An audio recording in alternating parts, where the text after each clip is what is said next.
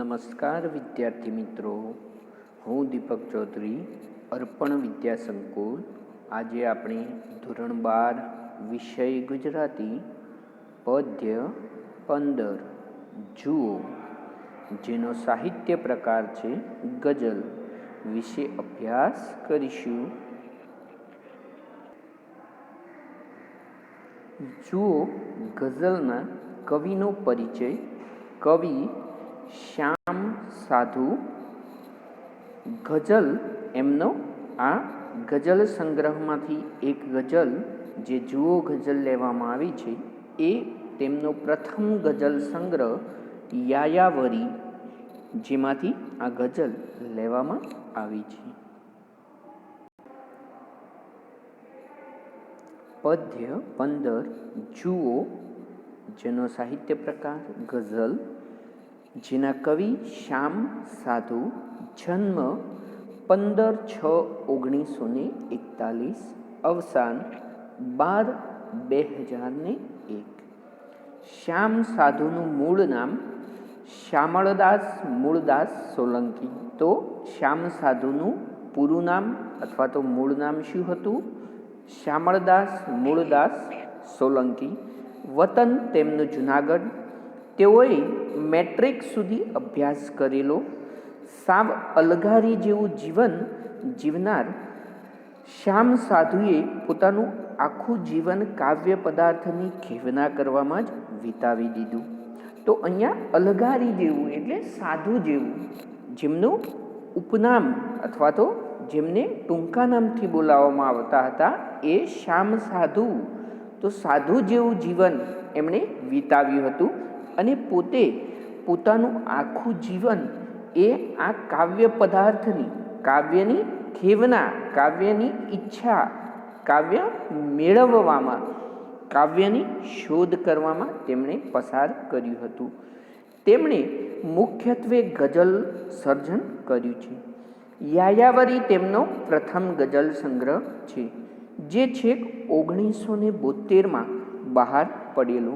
ત્યારે આ યુવા કવિ પ્રત્યે સાહિત્યકારોનું ધ્યાન ખેંચાયેલું. તો તેમનો પ્રથમ ગઝલ સંગ્રહ કયો હતો? યાયાવરી. કોનો? શ્યામ સાધુનો. તો શ્યામ સાધુનો પ્રથમ ગઝલ સંગ્રહ એ યાયાવરી ક્યારે બહાર પડેલો? તો ઈસવીસન 1972. અને આ ગઝલ સંગ્રહ બાદ યુવા જે કવિઓ હતા તેમનું ધ્યાન એ શ્યામ સાધુ તરફ ગયેલું. આ ઉપરાંત થોડા બીજા ઇન્દ્રધનુષ્ય અને આત્મકથાના પાનામાં કવિ સર્જક તરીકે તેમની મુદ્રાઓ ઉપસી આવેલી. તો અહીંયા આ કવિની સર્જક તરીકેની પોતાની મુદ્રાઓ, છબીઓ એ તેમના બીજા કયા સાહિત્યોમાં? તો થોડા બીજા ઇન્દ્રધનુષ અને આત્મકથાના પાનામાં તેમની આ છબીઓ એ ઉપસી આવી હતી. ગઝલ સર્જક તરીકે તેઓ સદાય યાદ રહેશે.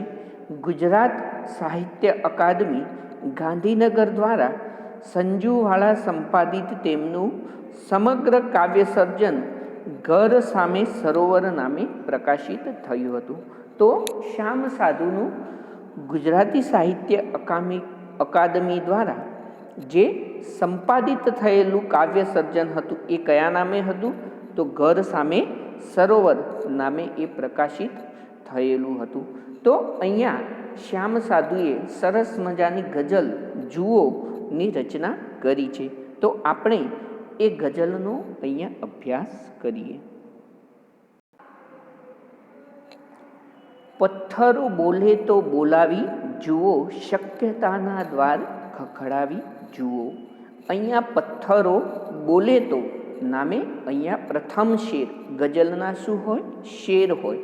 તો આ પ્રથમ શેરમાં પથ્થરો બોલે તો બોલાવી જુઓ, શક્યતાના દ્વાર ખખડાવી જુઓ. પથ્થરો બોલે તો અહીંયા લેખકે સરસ મજાની નવી જ રીત, એક નવ્ય રીતની ગઝલ રજૂ કરી છે.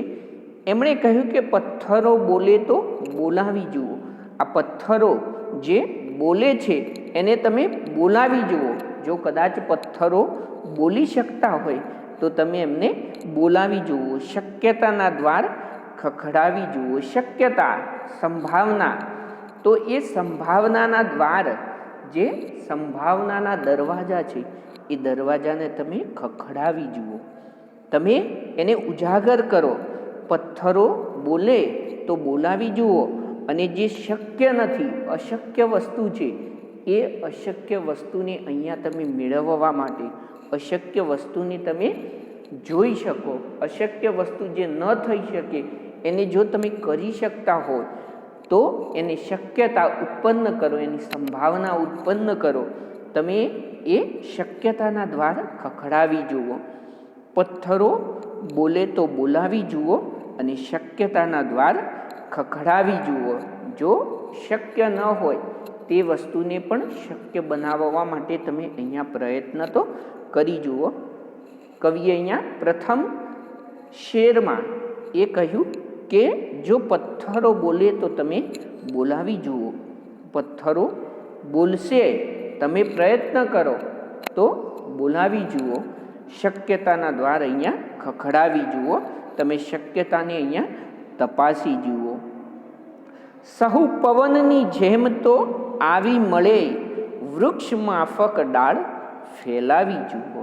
સૌ પવનની જેમ તો આવી મળે, બધા જ લોકો એ પવનની જેમ, પવન આવી અને જતો રહે છે તેવી રીતે બધા તો આવીને મળી શકે, બધા એવી જ રીતે આવીને મળે છે. સૌ પવનની જેમ, સહજ રીતે, સામાન્ય રીતે આપણે જોઈએ કે પવનની જેમ, જે પવન આવે છે, મળે છે અને જતો રહે છે.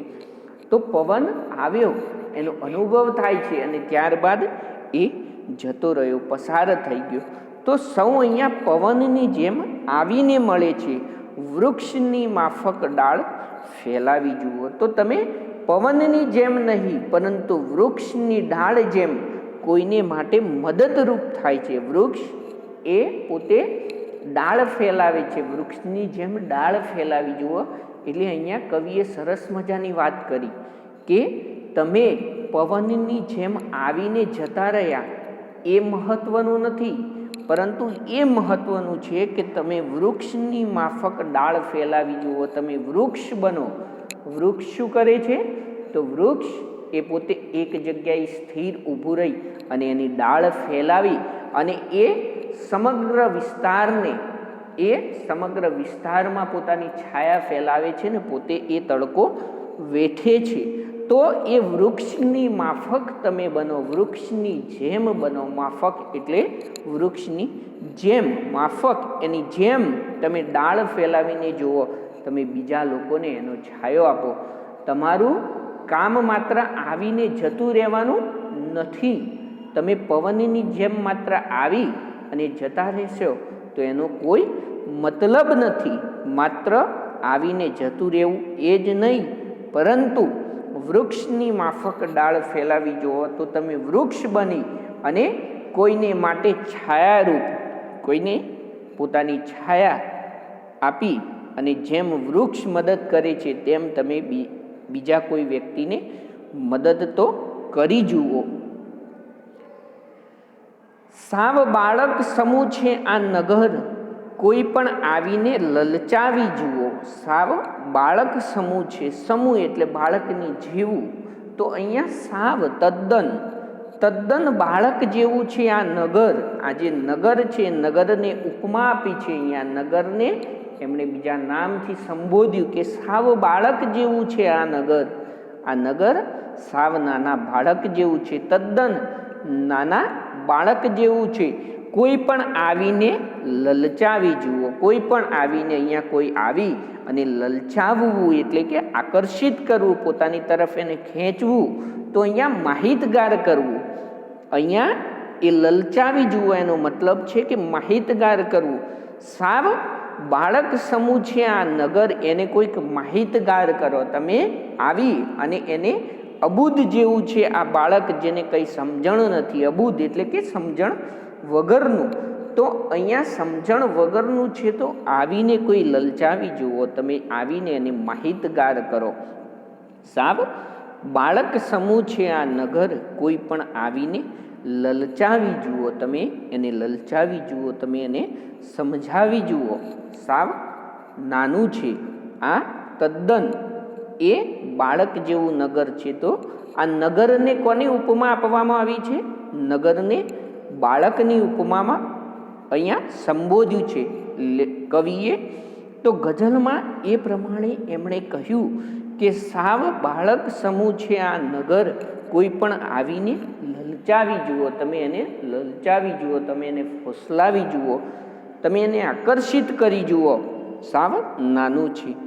કાચબો કહેતા સમય જો સાંભળે, રેતની શીશીને ઉલટાવી જુઓ. કાચબો કહેતા અહીંયા સમય જો સાંભળે, તમે કાચબો જેમ ધીમી ગતિએ ચાલે છે તેવી જ રીતે અહીંયા કાચબાને જોઈને જો તમે સમય યાદ આવતો હોય, કાચબો કહેતા સમય જો સાંભળે, સાંભળવું એટલે કે યાદ આવવું, તો અહીંયા કાચબો એક જળચર પ્રાણી છે, એને જોઈને કચ્છપ, આપણે એને સમાનાર્થી હોય તો કચ્છપ, એ કાચબાને જોઈને આપણને સાંભળવું યાદ આવતું હોય તો રેતની શીશીને ઉલટાવી જુઓ. રેતની શીશી અહીંયા શબ્દ સમૂહ માટે એક શબ્દ પણ કહી શકાય, રેતની શીશી, રેત શીશી.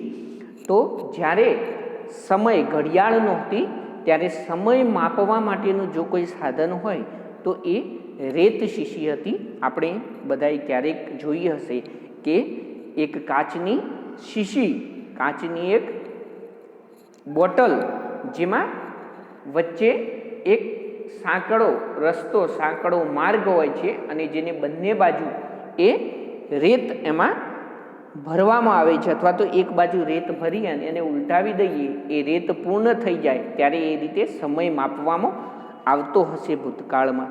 તો એ રેતની શીશીને ઉલટાવી જુઓ. અહીંયા કવિએ સરસ વાત કરી કે કાચબો કહેતા, જ્યારે કાચબાને આપણે યાદ કરીએ, કાચબાને આપણે જોઈએ છે, જે કાચબો ધીમી ગતિએ ચાલે છે, એ ધીમી ગતિએ ચાલનાર જળચર પ્રાણીને આપણે જો યાદ કરીએ તો રેતની શીશીને ઉલટાવી જુઓ, તો એ સમય આપણને યાદ આવવો જોઈએ. સમય યાદ આવે છે એ રેતની શીશીને તમે ઉલટાવી જુઓ. સમય જે પસાર થઈ રહ્યો છે એ સમયને યોગ્ય રીતે તમે કેવી રીતે ઉપયોગમાં લો છો, એ જ પ્રમાણે અહીંયા તમને સમય જે વહી ગયેલો છે એ વહી ગયેલા સમયને તમે યાદ કરો. રેતની શીશીને તમે ઉલટાવી જુઓ. આયનામાં સૌ અહીં ઝીલાય છે, કોઈને આંખોમાં ચિતરાવી જુઓ. તો અહીંયા આયનામાં, આયનો એટલે અરીસો, દર્પણ, તો એ આયનામાં અહીંયા સૌ ઝીલાય છે. ઝીલાવવું એટલે કે દેખાવવું, પકડાય છે. તો અહીંયા એ આયનામાં સૌ ઝીલાય છે.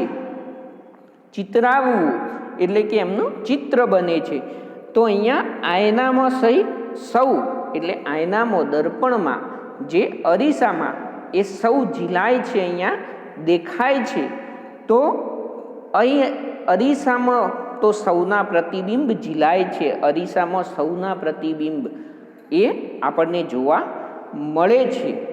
કોઈની આંખોમાં ચિતરાવી જુઓ. તો કોઈની આંખોમાં, પરંતુ અહીંયા કવિએ કહ્યું કે આયનામાં તો સૌના પ્રતિબિંબ દેખાય છે, પરંતુ કોઈની આંખોમાં ચિતરાવી જુઓ. તો કોઈની આંખોમાં અથવા તો કોઈની આંખોમાં એ તમારું ચિત્ર ઉપસી આવે તેવું કાર્ય કરો. કોઈની આંખોમાં તમે આવો, કોઈની આંખોમાં કોઈ તમને યાદ કરે એવું તમે અહીંયા કાર્ય કરો. આંખોમાં ભાવ દર્શાવી જુઓ.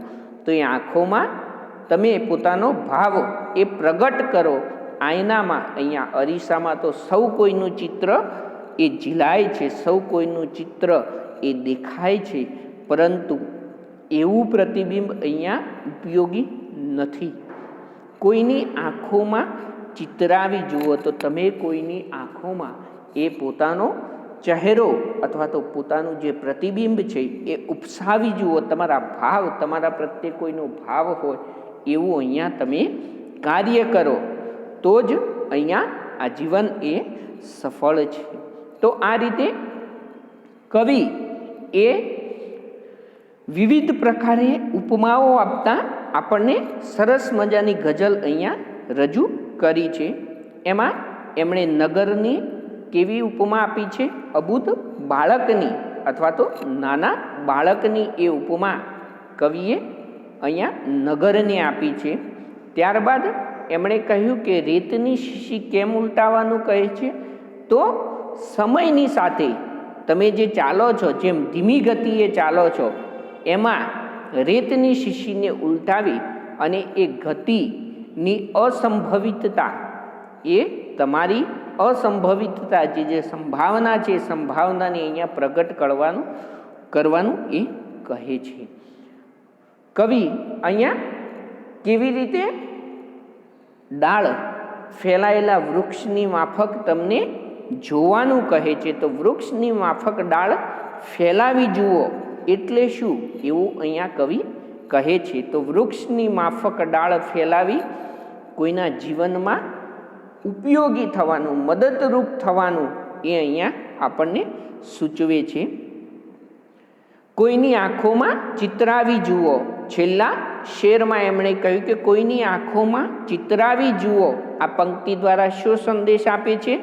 તો અહીંયા જે અરીસામાં પ્રતિબિંબ દેખાય છે એ થોડીક ક્ષણો માટે હોય છે, ક્ષણભંગુર હોય છે, પરંતુ જો કોઈના હૃદયમાં તમે સ્થાન મેળવ્યું છે તો આપોઆપ તમારો ચહેરો એની આંખોમાં તરવરતો જોવા મળશે. એવું કામ કરો કે તમે કોઈના હૃદયમાં સ્થાન મેળવી શકો.